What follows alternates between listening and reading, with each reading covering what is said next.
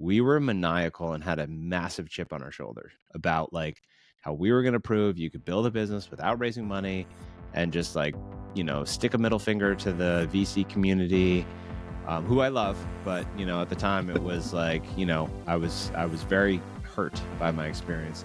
And also like, I was flat out told by a lot of VCs that like, they were like, I wouldn't start something else. I would go get a job because you don't know what excellent is. All right, welcome to another episode of Founderlicious. I am here with my esteemed business partner, Max Feinhizich, and I'm Adam Blake. We're going to be your hosts for today.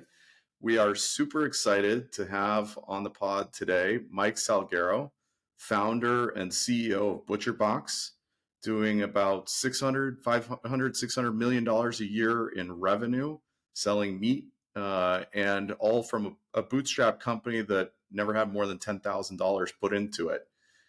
We are very excited to welcome you here today. Thank you very much for joining us today, Mike. Yeah, thank you. Excited to be here. Awesome. Well, thank you so much, Mike. So maybe to kick it off, looking back, you're a guy born in Paraguay. Your parents split up. You moved to Western Mass. You're in this small farming community, kind of starting to feel like you want to go to the city and see what's out there. End up at BU. You don't necessarily love the academics. You're having, a good time finding some odd jobs, selling stuff at a magic shop. Then you go out and do, like the peanut salesman at the sports events. And all of this starts to get, a little bit of, into your head as to like maybe sales is like this exciting path, much more interesting than what I'm doing in school. End up in a real estate gig where you meet your business partner and your life partner, your wife. So, that kind of probably put you in a different trajectory. And from there, you start CustomMade in 2008. You go out and think, maybe it's time to take this business to the next level. You had bought the business with Seth, your business partner, and a little bit of an unusual setup where you bought the business. It's like a listings directory business. And immediately from there, you realize we need to like juice this up and start like, growing the website, try to get more people on it. We need capital. And somehow two real estate guys end up in the offices of, big brand VCs, Google Ventures, Polaris, and some others. How did that happen? Like, why did you guys go down that path? And I know that you've had a lot of experience since, both with the VC model and the bootstrap model, but why VC back then? Wow. That was a lot of research. Guys, don't mess around with your podcast. Very serious. Yeah, no kidding. My goodness. Yeah, the only piece you missed was I went away to boarding school in high school. So I left my home when I was like 13. And yeah, so that was both great in that I got to meet a whole bunch of like really smart people, and also really hard. I think I was not ready to move away from home, and yeah, miss my mom, miss my family a lot. Okay, so fast forward, why did we take venture capital? Was that the question? Yeah, I mean, I think you bought this listings directory, which was, not crazy revenue, but it was cash flowing something. 35 grand. Yep, 35 grand. Yeah, it was perfect to bootstrap, right? If you think of it. Well, we actually bought the website from a maker who had built the website in 1996. So this is 2008. So the website had been around for 12 years. He would do all the changes in Dreamweaver. So like people would email him and say like, can you upload my photos in 2008? And so, but when you talk to these makers, they're like, I get all my business from that website because it crushed SEO. CustomMade.com was the name of the site, and it just crushed SEO. So if you were looking for a custom made anything, coffee table, bookcase, whatever, it was the first thing that came up. Or like custom made bookcase makers in Massachusetts, it came up. Like it. So the people who are on there, when you talk to them, are like, I get all my business from that website, and I pay $35 a year for my subscription. And so the investment thesis, my co-founder and I were two real estate guys. My investment thesis was, let's buy the site and let's rehab it So like, let's allow people to, this is 2008. Let's allow people to like manage their own profile, like log in and upload photos. And then after we rehab it, let's jack up the rents. So we took it from $35 to like $300. Proceeded to make every mistake possible. But we actually needed venture capital because we bought the website for $140,000. Well, we at least needed some outside capital. So we went to friends and family and angels and basically ran around 2008 as the economy was collapsing. We ran around with a logo on a cell phone. And our primary pitch was like, hey, look, you're going to lose 50 cents on the dollar if you keep your money in the stock market. Why don't you just give it to us? And, maybe we'll lose it, but maybe we'll get you a return. And that seemed to work. So when we approached the seller to buy the website, we did a $5,000 deposit and 90 days of due diligence. And at the end of that, we had raised the $140,000 that we needed to buy the site. And then we proceeded to make every mistake in the book and really erode value really quickly in the site. Like we destroyed the SEO. We decided that you could upload your own stuff, but we decided that we wanted everything. This is like the most boneheaded thing ever. We wanted everything to be in a perfect square. And so we cropped everyone's photos. Like we would it was like a long like bookshelf, and we like cropped it into a square. Perfect. So people are like, why did you crop my photo? And we're like, well, everything's supposed to be in a square. Not to mention that we had people working on it like nonstop because there was like 15,000 photos that they had to crop into squares. So we made a few mistakes. It's horrible. And we ran that. We ran friends and family and former clients for about 2 years before we decided to like go and actually raise venture from Google and first round capital and a whole bunch of other VCs.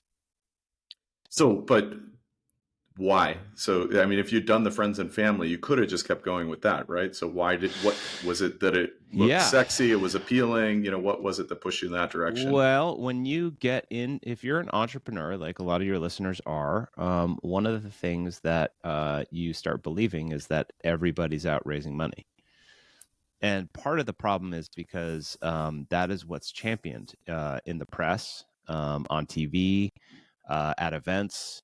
And so if you're like the little startup that like didn't raise money, people don't really care about you.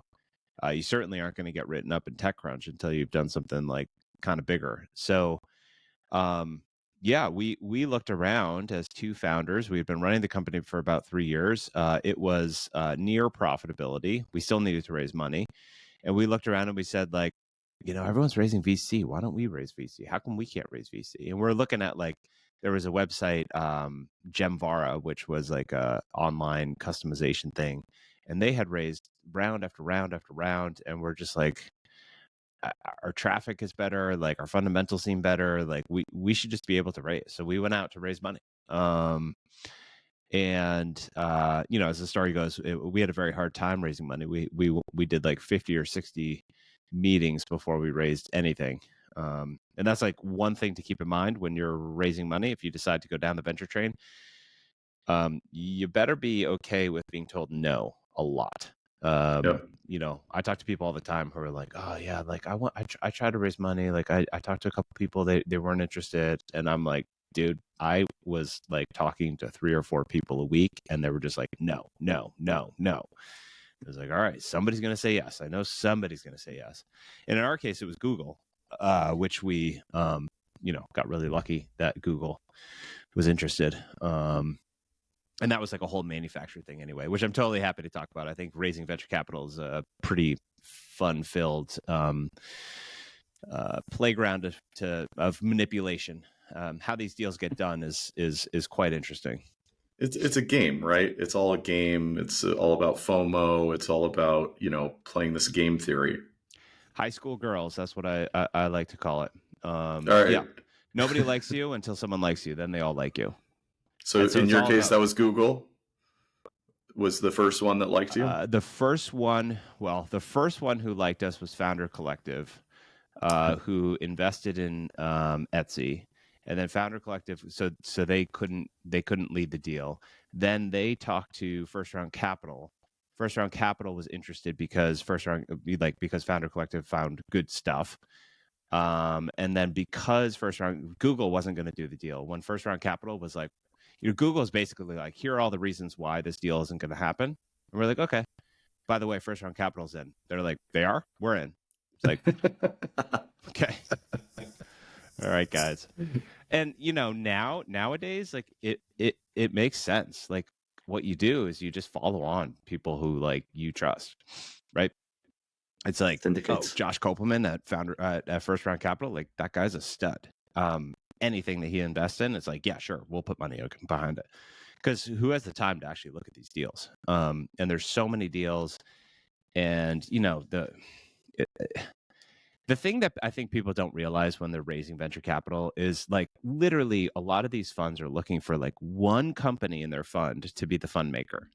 It's the one company that has breakout success and sells for like $10 billion, and the whole fund is returned on that one company, and the rest of them are just details.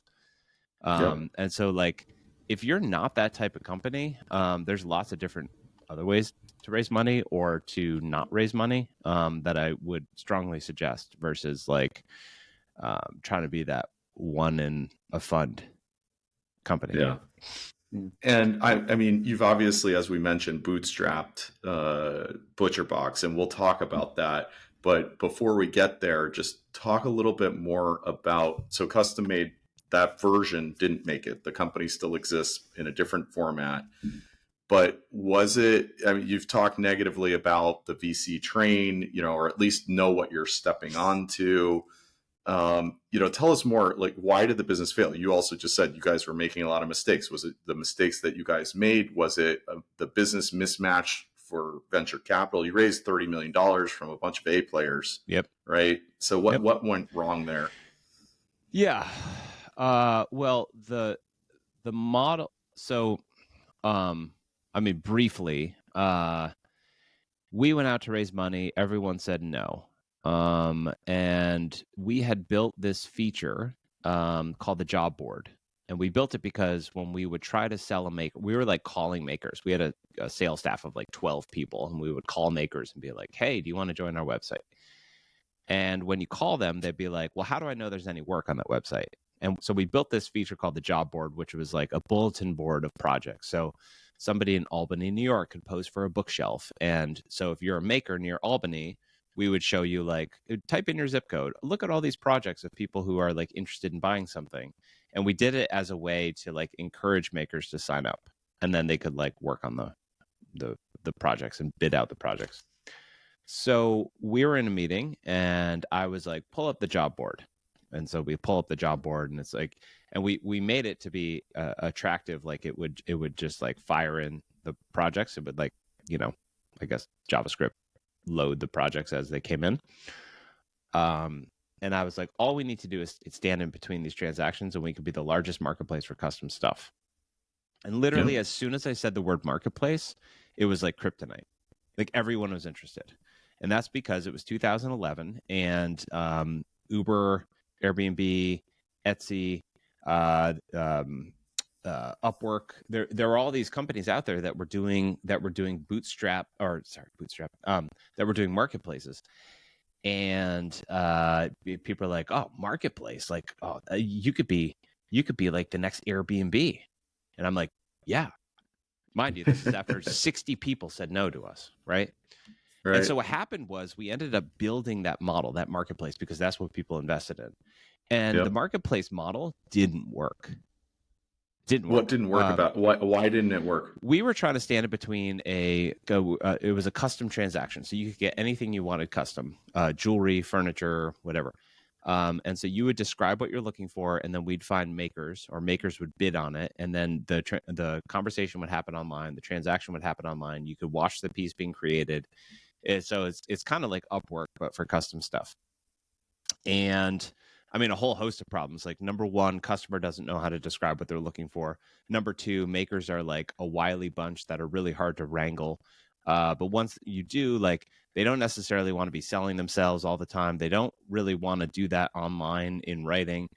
So you just burn out your maker base. And then like, how do you make sure the customer actually wants the thing to happen? Because what would happen is they would post a project, talk to like a whole bunch of makers, basically sap all these makers of their time and energy, and then be like, I don't really want to do this project. Yeah. Interestingly, Tiffany's, the company Tiffany's, started as a custom matchmaker. Wow, I didn't know that. Yeah. So way back when they started, connecting, basically they put ads in the back of newspapers and magazines and started connecting local makers with consumers.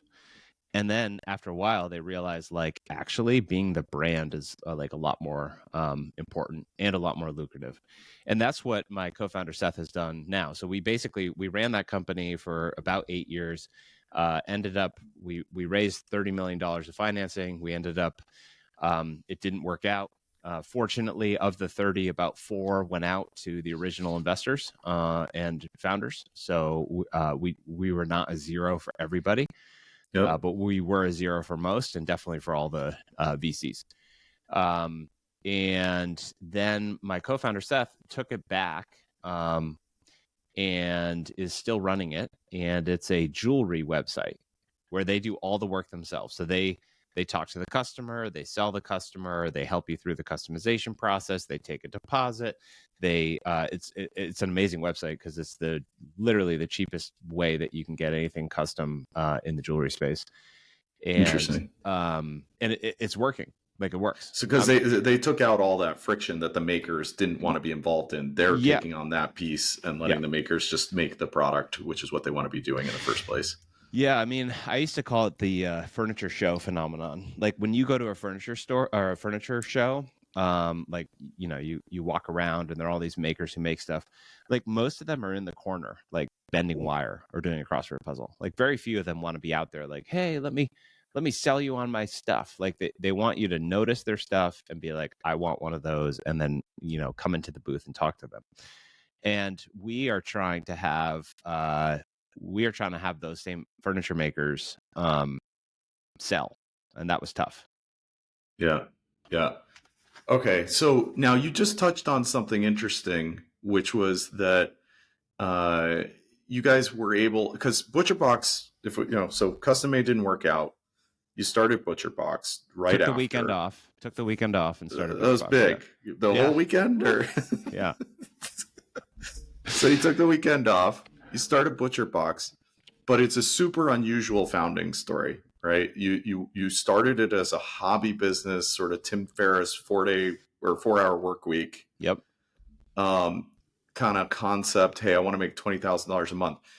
But you also said that I'm curious what precipitated that, right? You said you took a little bit of money off the table from CustomMade at some point. Yep. Was that the enabling factor? Why were you comfortable going from this VC funded thing into, hey, I'm going to just start a hobby business? Like why did that feel comfortable to you? Yeah. Okay. So first of all, both companies that I've started, CustomMade and ButcherBox, I've started after being let go from another company, and I've collected unemployment happily and Interesting. So if you are actually able to start a company and collect unemployment at the same time. And so unemployment, at least in Massachusetts, is a 40-week program where you're making, at the time it was like $750 a week. I don't know what it is now. And it was the easiest money ever. You just like press, it's like you call the unemployment office, you press 112 and $750 wires to your account. It's like amazing.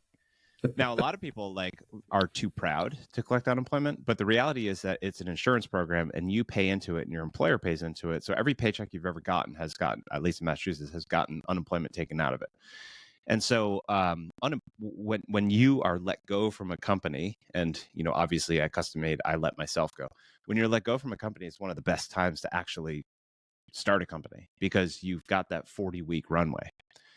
So the idea with CustomMade with ButcherBox was that I knew I wanted to start a company, but I didn't want to have to raise money to cover my nut, my family nut, right? So I had a 5-month-old daughter, my first kid. I needed some money. I knew I needed some money. And so the idea was let me start a company. as the Tim Ferriss 4-Hour Work Week hobby business, where I'm gonna make a little bit of money, make some cash flow, and cover my expenses. And once I cover my expenses, then I can like go figure out what I'm going to do next. And so that was the dream. It was not to build a big business. It was to build a side hustle that would cover my expenses. And then as we got going, it was pretty clear that the business wanted to be something much bigger, and that it was going to require all of my focus. Yeah. And I mean, so the business obviously took off. I mean, if I think about the world of people who are out there trying to execute on a 4-hour work week to get $20,000 a month or whatever of income, mostly passive income, the people who are successfully executing on that, it's a pretty small number, right? And then if you take the people who actually succeed at doing that, like you did with ButcherBox, and then go on to turn it into a really large business, I mean, it's got to be a really, really tiny fraction of the original starting population. And I mean, I think a lot of people would probably tell you just the fact. I mean, I would probably tell somebody, hey, if you're just aiming to make $20,000 a month, you're probably never going to make this a big business. Right. But so like, why are you different? Why did that play out differently for you? You know, I heard that the founder of eBay, Pierre Odermeyer, I think his last name is. Omidyar, I think. Or that he started eBay as a hobby as well. Okay. That he had a full-time job, and so the inputs early on were to make it really easy, and that then built the backbone that like was needed to be super disruptive. I would say the same thing with us. So, you know, when I look back at the 8 years and the success we've had and like what's happened, it really comes down to like a couple of core decisions. So decision one was, I'm not going to raise money. Two reasons for that. One, I didn't think I was building a big business. I was building a hobby, and therefore, like, why do I want other people breathing down my neck? And two, I didn't enjoy my venture capital experience. And while lots of companies need venture capital, I didn't think this hobby business did. So I was like, I'm not raising money. Okay. Yep. Two, I wanted to do a subscription. I wanted to do a subscription because subscription businesses are amazing for side hustles, because you basically, let's say you sign up 100 people and your churn rate is 10%. So the next month you have 90 people, and then you sign up 100 people again. Now you have 190, and then you churn 10%. You lose, roughly 20. You have 170. They just compound on themselves in a way that's like very different than like trying to sell a product and then like, trying to sell a product to more people. Sure. We love subscription businesses. Yeah. We're all about it. Right. I wanted a subscription business. That had not been done in meat. It had been done. There was a bunch of like Blue Apron lookalikes and whatnot, but it had not been done in meat yet. So that was the second one. The third one was, I guess it's more of kind of like the approach we took, which is, hey, we didn't raise money, so we need to like conserve cash.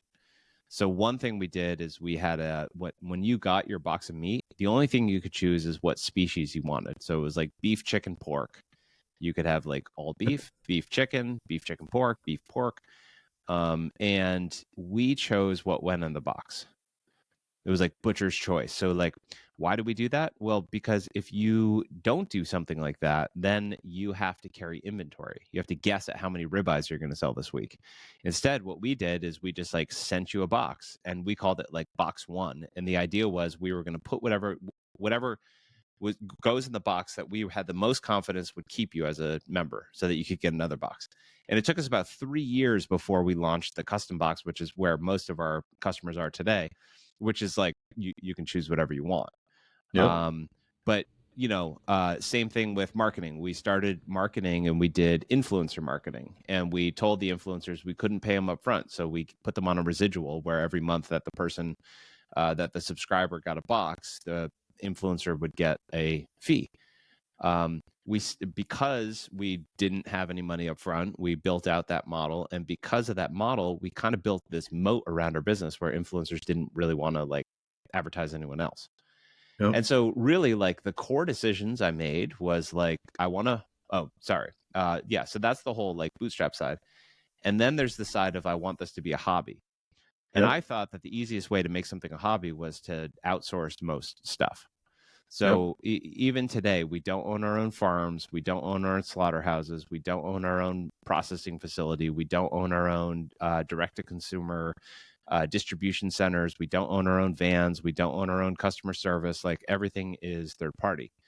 And that is where a lot of D2C companies have fallen down, is they've gotten to the point where they like invest in a distribution center. And it's like, you know, I mean, Blue Apron spent about $200 million on the distribution center, and then just like it didn't work. Yep. Because oftentimes what you do is you build in advance of your growth. And if you're running a factory, I mean, this is one thing I've learned, especially post-COVID. If you're doing anything in the fixed asset game, like you're running a factory, you have a truck, you have a piece of equipment, and that thing is not running at 90 to 110% of capacity, you're losing money. And so a lot of companies like invest in these things, and then that goes sideways.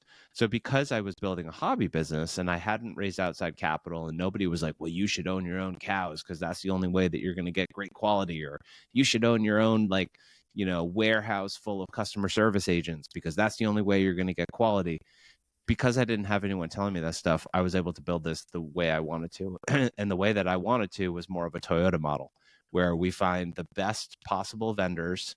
We beat the crap out of them every single quarter, like in partnership, but like but in a nice way. Yeah. We do quarterly business reviews every quarter where we're talking to them. We're making sure that they're doing the right thing. We're, you know, negotiating on price really hard, like, but also being really good partners. You know, like we understand that sometimes things are different, or whatever the contract says is not necessarily what we need to do. Like, we're great partners, and building great partnerships between us and our partners is like the name of the game. So we got really good at that. Instead of like owning our own equipment, owning our own stuff. And I think that, again, because it was a hobby business, is one of the key determinants of our success. Like if you look at us, if you look at direct to consumer and, you know, all the different players out there over the past decade, very few have hit 500 million revenues, and most of them are hemorrhaging money. It is incredibly rare to have a company grow to the size we have and do it profitably. Like we've made money every single year. Not aware of anybody else recently doing it. Yeah. So that is like, why? Well, I think a few things. One big one is, you know, we had to build profitable acquisition channels because we didn't raise money. And two, we built a backbone using other people's expertise and using other people's software and using other people's stuff rather than our own, because that was the only way that we could afford to do it. Mike, right. I'm super curious about that whole, you know, it was a hobby business, but I mean, clearly it's not anymore. And where does it go from here in terms of those third parties and whatnot? But before we get there, as you were talking about the recurring revenue, you were saying, you know, add another 100, add another 100, right? And now you're talking about profitable acquisition. I think like a big key aspect of what you cracked with ButcherBox was how do you add those 100? And it's not just 100 when the numbers get big, you know, that 100 has to be 1,000, right? Because you need to keep on filling the bucket for that compounding to continue. So, you know, I've read a lot about the arbitrage, you know, kind of mindset, or this experimentation mindset around finding those holes in the internet. Can you talk a little bit more about that? Because I think it's a key ingredient in what you're just describing, right? Yeah. So a few things on that. So just in case your listeners don't know, what we do at ButcherBox is we ship meat in the mail. And the meat that we raise is like we raise animals better. So we care about the environment, we care about the animal and animal welfare, we care about how the worker in the factory was treated, we care about like the whole picture, and we think that delivers a healthier meat to our customer and to the world. So we like there's a few things. So on the marketing side, I believe, and I've heard a few people on podcasts talk about this, I believe that you can run like one marketing hack to $30 to $50 million in revenue. You don't need that many. You need one. And so the way that I talk about marketing is it's like wildcatting for oil. And so at least my vision of what a wildcat for oil would do, which I'm sure is totally wrong, is you go out with a really small shovel and you dig a bunch of holes. Those are like tests, right? Marketing tests. So I'm going to do this on this. I'm going to do this on this. I'm going to do this on this. And if you find, so small shovel, cheap shovel, go do some tests. And when you dig a hole, you're like, oh, there's some oil there. Great. Focus on that hole. Don't go out, don't go do other tests. Just focus on that hole. In our case, we launched with a Kickstarter. There was an influence. We basically reached out to anyone who wrote about grass-fed and were like, "Can you talk about our Kickstarter?" There was an influencer who tweeted about us. We saw a flurry of signups from his tweet, like 5 to 7, and we were like, "Ooh, that's something. That's a little bit of oil. Okay, what's next?" Then we reached out to like every influencer who had ever talked about grass-fed beef, and we said, "Hey, we launched this website, and we built, affiliate tracking. So we would love for you to promote our website." And then, that worked. And then we were like, okay, great. Let's do every paleo recipe writer and every we just went deeper and deeper and deeper and deeper and deeper and deeper into that hole. And so between 2015 and 2017, we ran a influencer strategy. We figured out the type of thing that worked well for the influencer, which was a dedicated email blast. Like, hey, here's ButcherBox. You should sign up. If you sign up, you get like free bacon and $20 off or whatever it was. And then like a follow-up email being like, this is your last chance. Like, so we basically packaged up like, this is what works. You should go do this. And then we paid those people on a residual. And the beautiful thing about a residual, which we stumbled into, is that those influencers were very reluctant. In 2018, 2019, there were some competitors who came online. The influencers were very reluctant to promote them. Yep. Because like they'd You're be already messing there. up with their own income stream because they're already Yep. getting like a check every quarter or whatever from us. So that worked incredibly well. I think too often founders think that their job is to like go find another pocket of growth, and you don't need to do that.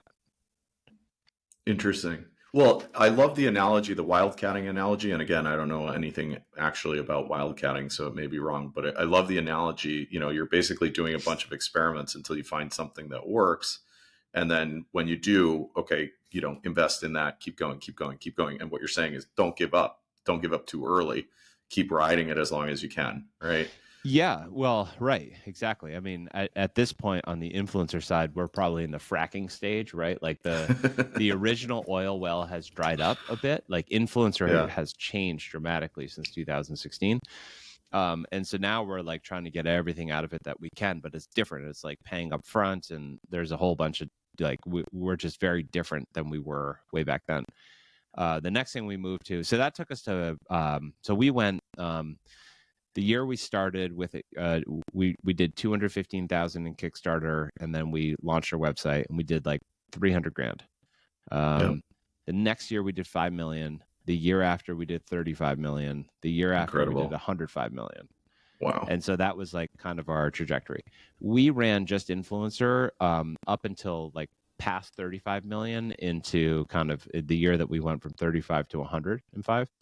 Yep. And that year we started playing around with Facebook. And we specifically were doing Facebook video because it looked like Facebook was changing. Like they wanted the wall, which is like, your Facebook feed. They wanted it to be more video based. That's what it looked like. And Yep. we were right on that. And so then it was like Facebook video, and then that carried us for a bit. And so we've only had a couple of tricks to get to where we Can were. you describe the process for finding those, ARBs? Because I mean, finding that, you could hack the Kickstarter launch by getting certified, getting on the first page, like hacking the influencer Yep. thing. I mean, in retrospect, it sounds really obvious, right? Like, oh, of course you can do that. But at the time, it was not obvious at all. So you're running some process that is pretty unique that I think, imagine you had $5,000, just started a new company, founder, early journey into your company. How do you explore those holes, like those opportunities? Yeah, I mean, for me, and I think that I might be particularly good at noticing a trend before it is really a trend. I think that at least people have told me that that's something that I'm like pretty talented at. Um, I believe it's all about intuition. And so, it's like I am willing to trust myself and my intuition, like, oh, that's something, like, okay, fine, let's just go all in, more than I think the average person.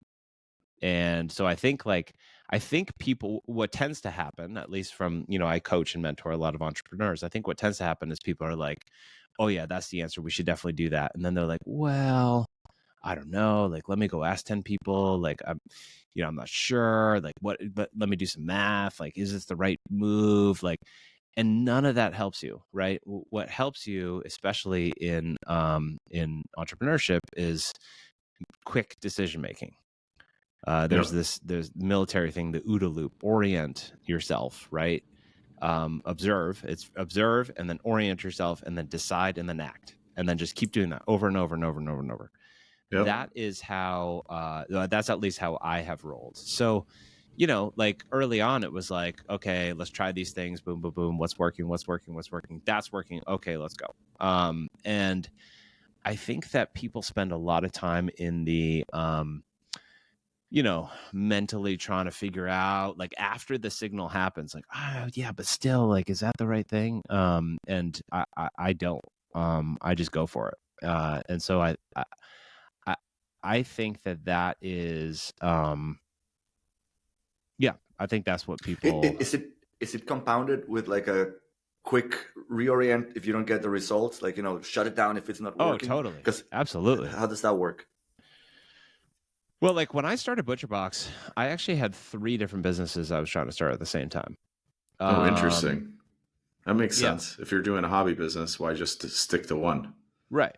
So, I had 3, and basically I was looking for the kill shot for each of them every week. Was like, because ButcherBox was like really hard to figure out because nobody would give me the time of day and like how I was going to ship this stuff out. And it took like I hunted down the former head of operations of Omaha Steaks, and then he's like, "Yeah, you can do it." And then I was like, "Oh, okay."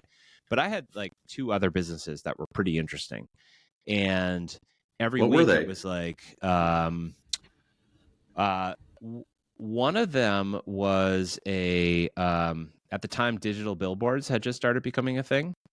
Yep. And we tried to buy a billboard company in Boston. It was a friend of mine who had like 14 boards here. And then we wanted to figure out how to sell remnant space on digital billboards because basically digital billboards every 10 seconds change ads, and they replaced static billboards. So all of a sudden you had 6 times as many ads. Yep.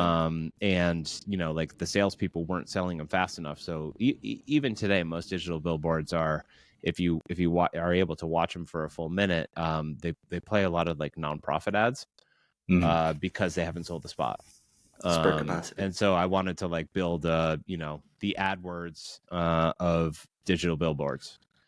Totally Cool. different idea, right? And Totally so different. and that one was like most of the billboards were built by this one company. Like most of the digital billboards, when you look at them, they're all like built by this one company. And so I was like, the only thing that matters is like whether the CTO or that company will allow us to like inject software into their billboards. And so that was like the kill shot. Yep. And so I hunted him down on LinkedIn, called him up, was like, is this at all of interest to you? And they were like, we'll never allow that. And was like, okay. So, I think first and foremost, one of the things that I say to entrepreneurs is like, I think entrepreneurs care too much about business plan and not nearly enough about their lifestyle plan. And so if you decide, let's say you get fired, you're collecting unemployment for 40 weeks and you're like, what am I going to do? As I said before, the first thing that I tried to do was cover my expenses. It wasn't like, oh, go build this thing or to go. It was like, nope, I need to like build something to cover my expenses. Yep. And so that's what I'd suggest to people is like, go vision out what your life looks like in 3 years think about where you are, where you're living, who you're living with, like what the world looks like, kind of, and then solve backwards into what do you need today in order to go live that lifestyle. And so yeah, I had 3 companies, and I was looking for the kill shot. And that's the same approach I took to marketing. It's like, let's try influencer, let's try this, let's try that, let's try corporate sales, let's try, like, what's working. No, yes, okay, let's focus on that. And then it's like, okay, influencer, all right, well, now that we know influencer, let's figure out, like, what types of influencers. Is it the CrossFit influencer? Is it the keto influencer? Is it the medical influencer? It's like boom, boom, boom, boom, boom. Okay, this is working. All right, great. So it's paleo. Then it's like, how do we reach out to them? We do this, we do this, we do this, we do this. Like, okay, that works. And then, you just keep going. It's like decision tree. Yeah, it's like a choose your own adventure, and you're just figuring out what thing works. And so this is starting to make more sense to me, because if I think of hobby business, I think of a couple of things. One, I think of somebody that's maybe a little bit disengaged, right? Where, okay, you sold 215,000 on Kickstarter. Great. Now I can just, kick up my feet and not do anything. Like I hit my number, right? I'll just renew those guys and go sit on a beach. And hobby also, it's like, maybe I'm a little bit interested, but not super interested.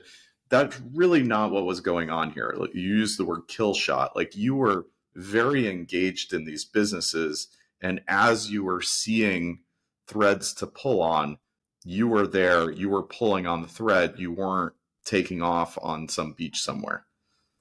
Or maybe you were on a beach. I don't know. I mean, I suppose if you're like looking at it like from like a psychological point of view, it's possible that, this whole idea that I like wanted to start a hobby was just my way of giving myself space if I failed again. Yep. Like when I started the Kickstarter, I remember the day before Kickstarter, I was hanging out with my friend Matt, and I was like basically in tears, worried about how I was going to fail again. Because if you fail twice, this was my story. If you fail twice, like, you're done. Yep. Right. And so maybe, I was like, yeah, it's just a hobby. It's just a hobby, rather than like, no, this is my thing. I'm going to make this work. Because I was like too scared to say that was my thing. That's very possible.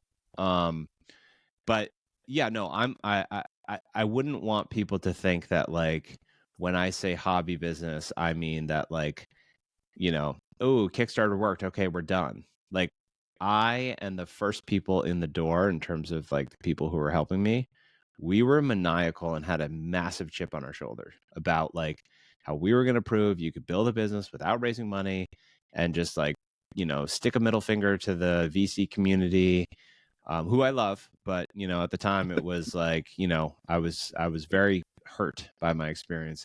And also, like, I was flat out told by a lot of VCs that, like, they were like, I wouldn't start something else. I would go get a job because you don't know what excellent is. Oh, like, ouch. Shit. Ouch. Okay. So I wanted to prove that wrong. And maybe I don't know what excellent is, but it's not, That's quite I don't know. You're doing force. Okay. Yeah, we were once told by a VC in a pitch that we will never raise money from anyone ever.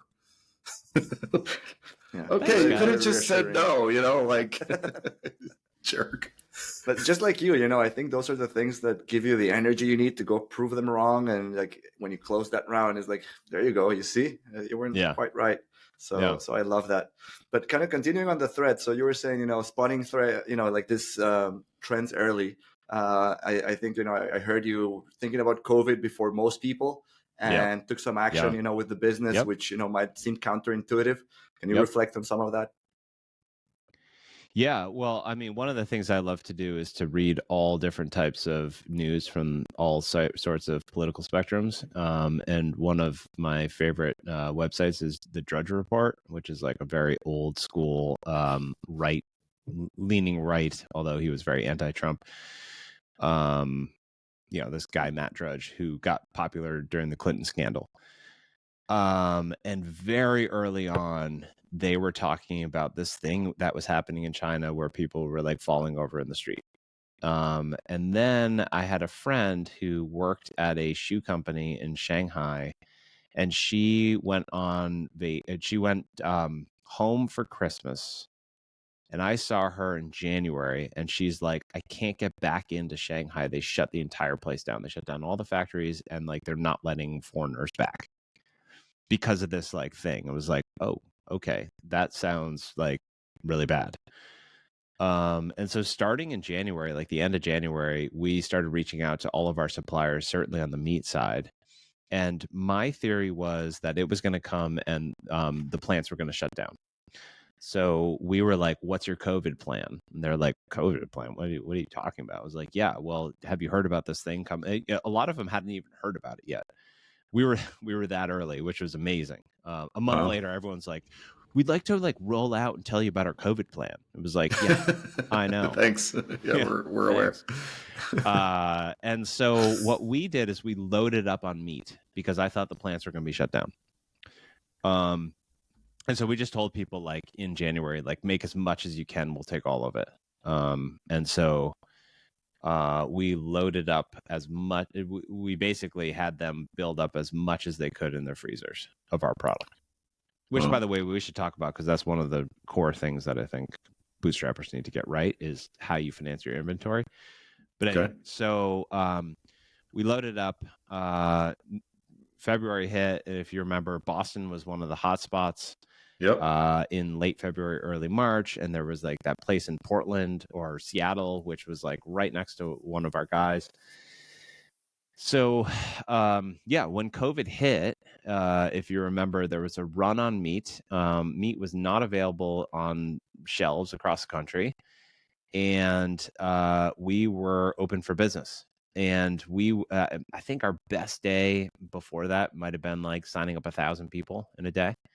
And it was like right around St. Patrick's Day, it was like 5,000 people, 6,000 people, 7,000 people. It's just like, oh my God, this is like crazy.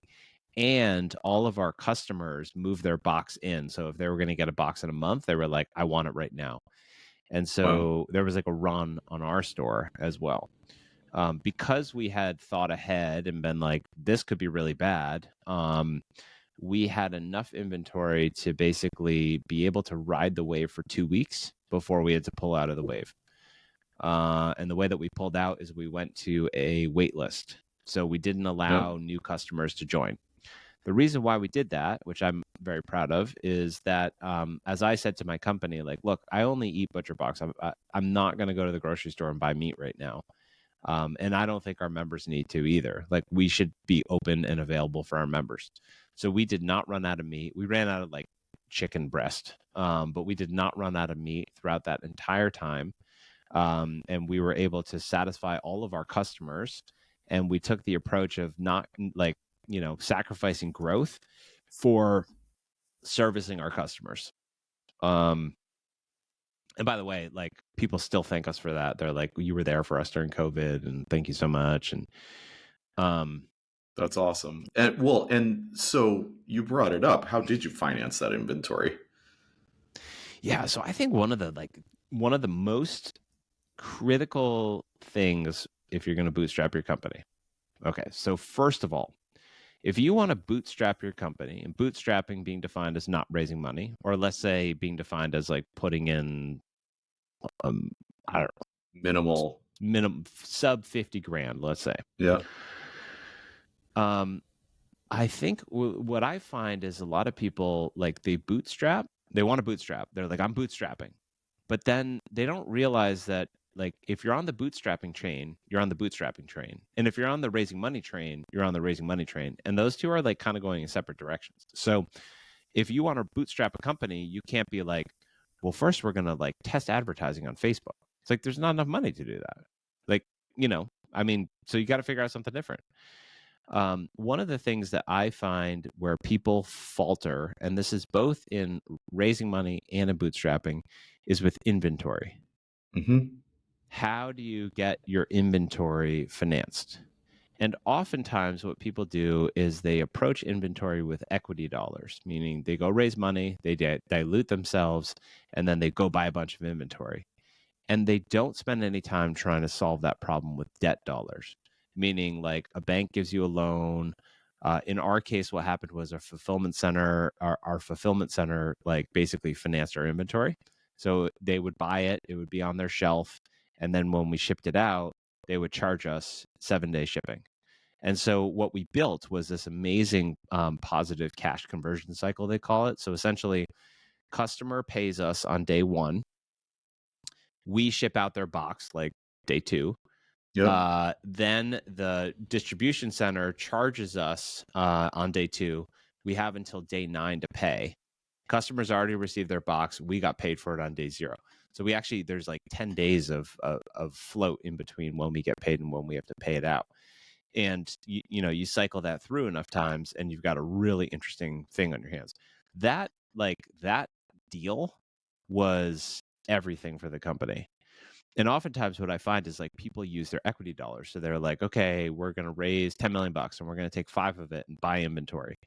And the problem with that is you actually you become in misalignment with your company that is trying to grow, because you basically are like, oof, I hope it doesn't grow this month because we can't afford inventory. So we got to keep the growth down, Right. Versus being able to let the horses run, right? Where it's just let's grow. It doesn't matter. Like our line, we can handle it.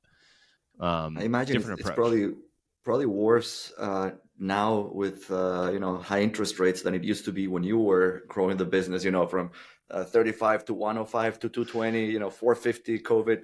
Like at that time, that was expensive, but now it's like on hyperdrive. How do you think about it now? Yeah, debt. Yeah, because of the interest rates, right? Like if you have to, I mean, if your inventory, if you have like fast turns, then it doesn't really matter. Meaning, like we have like 3 weeks of inventory on hand at any given time. The other thing that we do is we have our vendors keep another 3 to 4 weeks in their freezers. So in the system, we have, call it 7 weeks of inventory. We have 3 in our distribution center, 3 to 4 in a freezer somewhere else. And like we're not paying for the 3 to 4 over here. We're only paying for the stuff that we have. And so you run your inventory incredibly tight. And that's how, like, let's say your interest rate to finance your inventory for easy math is 12%, right? Which would be high. Depends on what your inventory is and the resale value of it. So, okay, 12%. If you do a turn in a month, meaning like you bring in all your inventory and you sell out of all of your inventory in 1 month, your interest rate is actually only 1%, which is like, okay, very if I'm manageable. making a 30% gross margin, would I sacrifice 1% to not have to put up any cash? Like, hell yeah. And so, something else that I think like in the bootstrap world is really important is you need to have a dogged focus on like your numbers. We call it dollars per box, right? So it's like revenue and then all of your expenses. And something like that, like if you're actually thinking about like, well, we need to reduce the cost of our inventory financing. How do we do that? Well, we need to get tighter on how we like get rid of our inventory. How do we do that? Well, we need to do this, this, this, and this. And you just start building these projects to just drive down your costs over and over and over.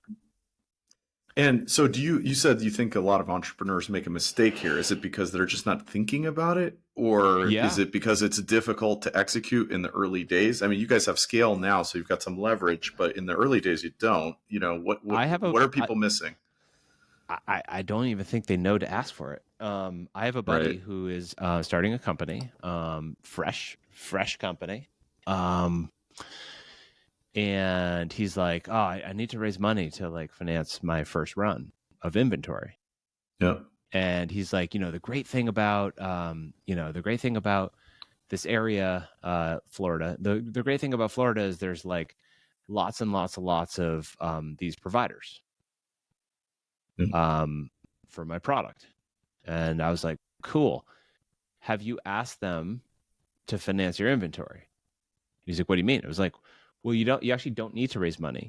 If you can find, if there are all these providers out there, I'm sure one of them is willing to take the risk on you and be like, yeah, we'll put up like 200 grand worth of inventory. No problem. Because that's how they win work. And oftentimes it's the larger companies that are willing to do that type of thing versus the smaller companies who can't afford to do that type of thing.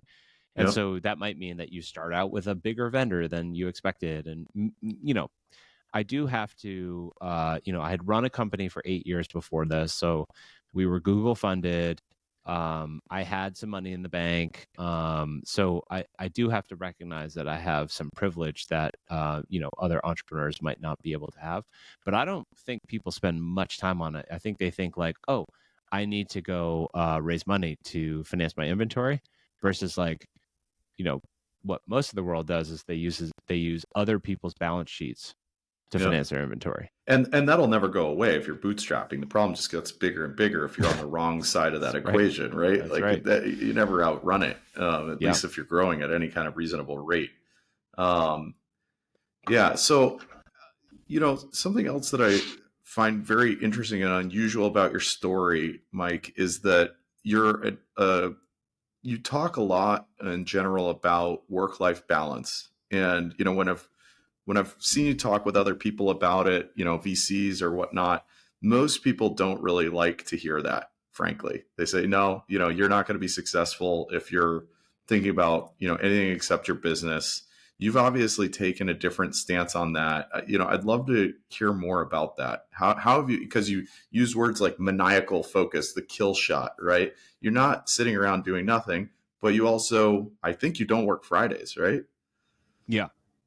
Yeah, Although that's I have been- amazing. I have been over the past couple of Fridays, which I have not. I've been grumpy about. But yes, So how do you make that work? Talk to us. Tell us more about that. Okay, so the backstory is CustomMade, ran it for 8 years, and really sacrificed a lot. So I sacrificed my health. I probably gained 25 pounds. I sacrificed time with friends. I just, I don't know. I think a lot of 30-year-olds get into the grind and just like kind of forget about their friends. And I had a newborn who was born 5 months before the company, or 7 months before the company went under. Yeah. And so when I looked at the pieces, and I mean, I gave like, it's one of those like, well, as long as you try your hardest, you'll know that like you tried your hardest. I tried my hardest. You were there for 8 years grinding away. It's not a short amount of time. Like I remember my co-founder Seth and I used to walk around the office on Friday being like, hey, coming in tomorrow? Like that was the norm. It was like Saturdays at the office, just trying to like do something. Yeah. And a couple things. One, I realized that like a lot of the time that I was at the office, like I like to be there first in the office and last to leave and all this stuff. But a lot of the time I was in the office, like I wasn't really working. It was like I kind of was there so everyone knew that I was there, but like I wasn't actually doing much. And it was stuff that like I could do in a fraction of the time. And I think what happens when you have kids, at least for me, what happened when I had a kid was like my priorities completely scrambled. I was like, I don't want to do that anymore. Like, why do I care what like the engineer thinks about my work ethic when I have a little baby at home? I'd rather be at home. Yeah. And so when I started ButcherBox, my because it was a hobby business, I didn't want to work on Fridays. And the idea was I was going to stay home with my daughter. And if people needed me, if it was an emergency, they knew they could call me. But I wasn't going to be like having one-on-one meetings or like working on whatever. I was going to be like sitting on the floor and playing with my daughter. And then we had 2 more girls. I had twin girls. And so for years I was, it was like Friday was my like wide open space day. And honestly, a lot of like the, the insights, the like, ooh, this is a way to do it, or this is a path for us, I believe happened because I gave myself the time on Friday. So it wasn't like I'm not working. Like the reality is, whatever your brain wheels is are on spinning. is what, whatever your brain's on is what your brain is on. And a big piece of being a CEO is like thinking. And so, and also it forced the team to grow up. It forced me out of the weeds, and it forced the team to just be able to handle it. Where I remember several times, like somebody would call me on Friday and it's like, oh, like, what do you think about this? And I'm kind of like, yeah, like, I don't think you need to call me for this. Like, I'm not sure why you're calling me. Love it. And they're like, oh, okay. Like I figured you want to know about this. And I'm like, no, not really. I'm good. Like you got this. I trust you, so I have this analogy of that I lifted from someone else, but I have this analogy of life is a lot like spinning plates in a circus. And so if you've seen the circus act, they like take a plate and they put it on a broomstick and they spin it, and then they jiggle the broomstick and it's on the ground and the plate is spinning up in the air. And you have all of these plates in the air, whether it's your your friends, your family, volunteer stuff, what you're doing at work, like all the different things you're doing at work, whatever else. You're mentoring people, you're doing this, you're doing that. And so you have all these plates spinning at the same time. And the circus act is this person, like every time that everything is going really well, they'll put up another plate and spin that one too. And I think that's what we do as humans. It's like, God forbid we take a moment to just sit back and be like, wow, all the plates are spinning. This is so nice. This is great. Usually what happens is we go and like get another plate and we spin that one too. And it's like, okay, here's another project. Here's another thing I'm working on. Here's another distraction. Here's another, like whatever. Over time, I've adapted this analogy, and I've decided that there are plates that are golden that cannot fall on the ground. Because the circus act is like they all spin, and then hopefully, some of them wobble, and then the guy runs over there and like jiggles the broomstick, and then it starts spinning again. And that's kind of how it is. It's like, oh yeah, like I told this person I was gonna like do this project, and it's been 2 months, and I totally forgot about it. Like, let me go like deal with that thing over there, and then and nowadays I'm 42. I'm kind of like, what are the things that I just like that can crash to the ground? I don't care. Like, I don't need to be on that board. I don't need to be doing that thing. I don't need to be writing that thing. Like, I'm just gonna forget about it. And then there are these golden plates: your health, your marriage, your kids and family. And I believe that those plates can't wobble at all. And so when you pack that in as well, it's like there's like your work-life balance. Like, at the end of the day, nobody's going to remember that you were in the office on a Saturday. Yep. But at the end of the day, like, you want your kids at your bedside table when you're dying, because they love you, because of how much you gave to them and how special of a relationship you have.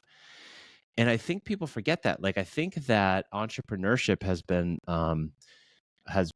perverted to be this like, oh, it's 24/7, 365. You got to grind. If you don't grind, you're just like not good enough. You're never going to make it. It's bullshit.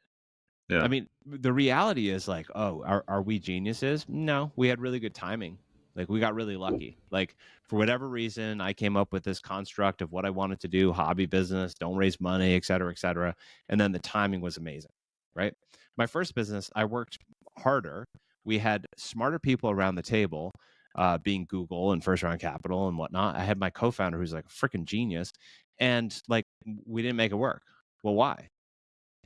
Because the timing wasn't right, the business wasn't right. Like, sure, we were younger, we made some mistakes and whatnot, but like, I think that people like the two lies of entrepreneurship that is this hustle culture lie, like, you need to be hustling. If you're not hustling, like, you're not working, and this lie that you need to raise money, both of which are not true. The best entrepreneurs I know are the most risk adverse, not raising money, and like balance their lifestyle in a way that like is super admirable to anybody who's paying attention.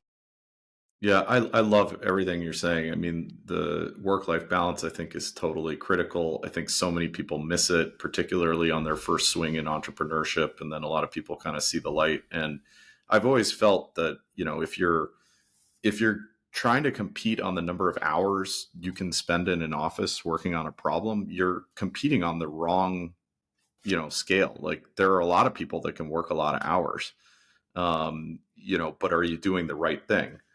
Right. But you do, on the flip side, you do have to make sure that the cycles that you're putting in are effective, right? Yep. So do you have any tips or tricks or things that you do to make sure that when you are working, you're as effective as you can be?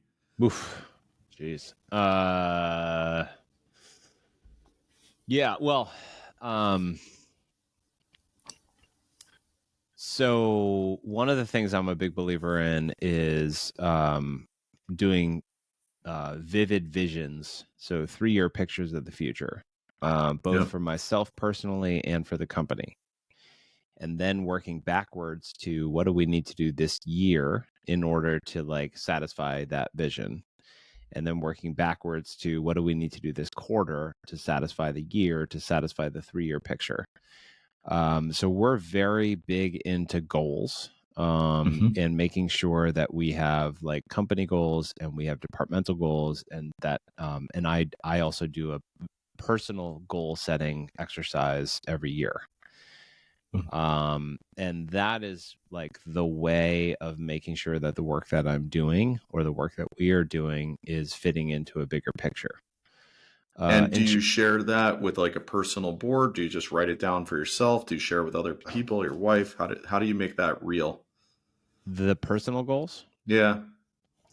Yeah, I've been doing this thing since 2008. It's called Best Year Yet. It's a book by Jenny Ditzler, and it's just a process of 10 questions. What went well? What didn't go well? What did you learn? Kind of like mapping out your roles. Where are you succeeding? Where are you failing? What are your goals for those roles? And then like your top 10 goals.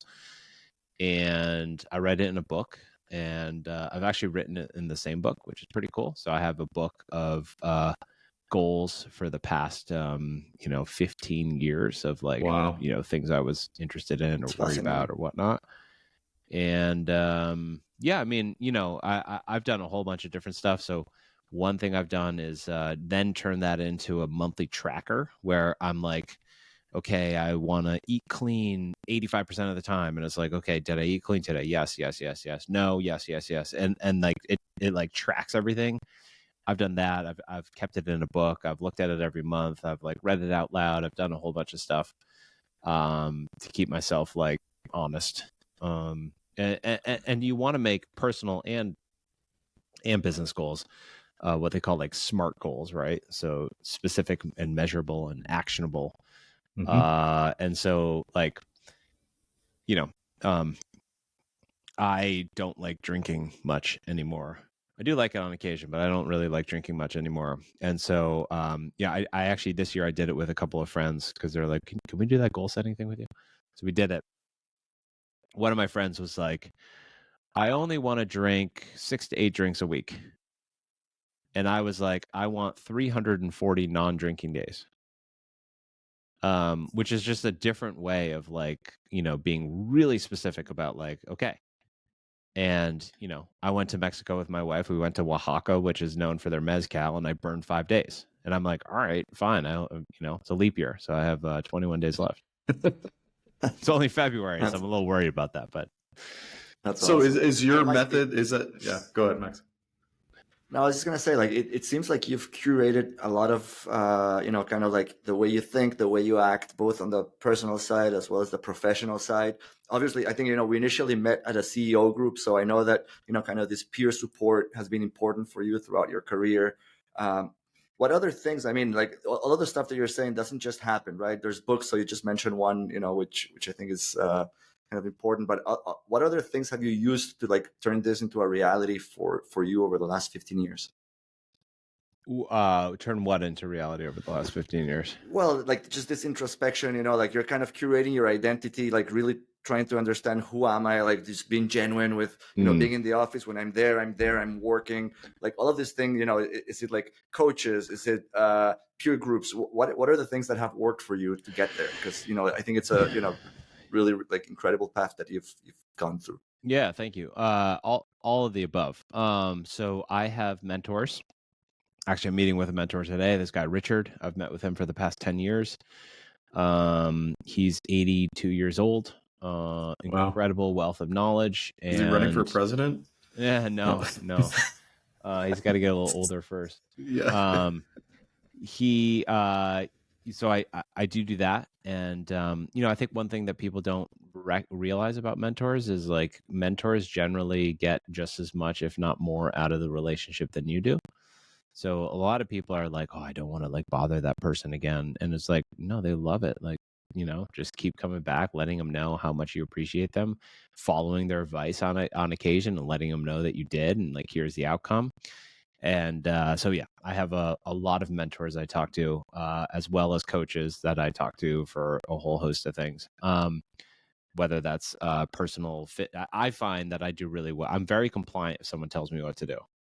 And so, like, I work with like a trainer guy, and I, have to check in on an app for like diet stuff. And I don't have a mindfulness coach, but I probably should. But like, I find that to be a good thing for me to keep me in check. On the kind of introspection side, I'm a big believer in what's called the enneagram, um, which is a personality test, for lack of a better term. And I'm a big follower of the Conscious Leadership Group, which is a group out of California that is trying to help leaders be more conscious to themselves and to like their own baggage and triggers, and specifically using the Enneagram, which is this idea like there's 9 different types. Everyone has a type. And it's this idea that you have a snake in your head. We all have a snake in our head. And that snake is telling you lies all day long. But the language of the lies is different depending on like where you fit in the Enneagram. So I'm a 7, which is the glutton or the epicure, but really the glutton. And so the glutton's life work is to be comfortable and happy in this moment rather than trying to like make this moment better. So it's like, oh, like I feel really good, but like let me have another beer because then I'll feel better. Or oh wow, like we're doing really, like the plates thing, right? Like, oh wow, these plates are spinning perfectly, like awesome. Oh, let me add another one, that'll make it better. That is like my life's work, is to chill out a bit. So I use that. And then I'm a big believer in peer groups. I started an EO, which is Entrepreneurs Organization, as soon as I hit the $1 million threshold. And was in that throughout my CustomMade experience. And then when we hit $20 million at ButcherBox, I moved to YPO, which is Young Presidents Organization. Both of those are essentially the same. They're international organizations with local chapters. So there's like the Boston chapter. And then you have your forum, which is a group of people who meet every month. And like 8 people around a table, and you meet every month. And the beauty of those groups is generally, specifically, they're non-competitive, so they have nothing to do with your business, and you don't really even talk about business. The idea is that life is like a bell curve of experiences. And so you have the stuff in the middle, and that's the stuff that like you'll tell everyone about. Like, oh yeah, I don't know, got in a fender bender today, or I really like this chicken or whatever. And then on the edges, like the best possible stuff that happens to you and the worst possible stuff that happens to you, generally you have no one to talk to about it. Like even your spouse is at times it's like not appropriate to talk to them about it. Yeah. And when you run a company, it can be incredibly lonely. Because you love all your staff and the people that work for you, but there's this thing in the back of your head that's like, yeah, but at the end of the day, you're signing their paycheck. And so there's this dynamic that is like, even for the people that you feel like, oh, I can be myself around them, like it's still lonely. At least it is for me. And so having people, a peer group that you can just be completely open and vulnerable with and honest with, and like, this is what's happening and I'm scared or I'm sad or I'm angry or whatever, actually being able to like get your, emotions out and your experiences out and the things you're worried about out, highly, highly powerful. I love that. And I don't think enough entrepreneurs talk about it. I think people need help in this journey, and I think the smart ones are starting to figure that out. But I think a lot of people still aren't aware of how much help people like yourself are getting from things, whether it's a peer group or a self-help book or what have you. I think it's become sort of critical to move forward. Yeah, for sure. And I think this goes into that whole hustle culture thing, right? So if you were a pro athlete, I think you probably would not bat an eye at spending 4 hours a day on your body, like practicing, like working on whatever drills or getting faster or getting a massage or whatever. And then as a CEO, it's like, if you're just grinding and not working on yourself, like, how's that going to work? Like, your mind and your decision making and your, your connection with your body and like your intuition and all of that, if you're not there, like, you're not going to make it. It's not just about like, checking every box and grinding stuff out. It's really about like training. You're a professional athlete. It's the same thing, except that it's just your mind. Yeah. So going back to ButcherBox, you've said openly that you're not looking for an exit, right? You're at a massive scale. You're not looking for an exit. You're happy doing what you're doing. You love doing what you're doing. You've talked about making a multi-generational business, 100-year, things like that. Tell us more about how you're thinking about that, and how would you make that happen, right? You'd have to have kids interested in this. I don't know how old your kids are now. I guess they must be 7 and 9. 7 and 9. Okay. Tell us more about how you're thinking about that.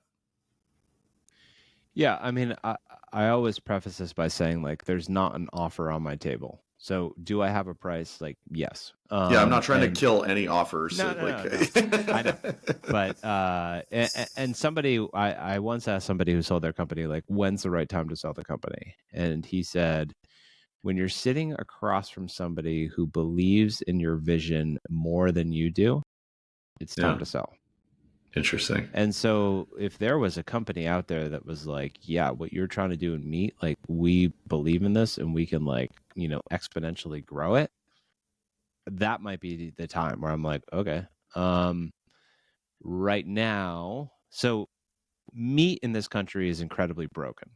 The way that meat, really since the 50s, has been addressed in this country is to make meat cheap and to make meat safe, food safety, to the detriment of the animal, the environment, how the farmer is treated, how the workers in the supply chain are treated. There's been a lot of suffering in meat. And so I like to say that we agree with vegetarians. Where we disagree is, I believe people need meat in order to live a healthy lifestyle. But in terms of like the industry being broken, in terms of the way the animals are treated, it's horrific. It's horrific. You walk through a pork plant, like a conventional pork plant, that does not leave your brain ever. At least it hasn't left my brain. So I started the company. It was supposed to be a hobby. It grew really quickly. And then I was like, maybe I should sell it. Went out, tried to sell.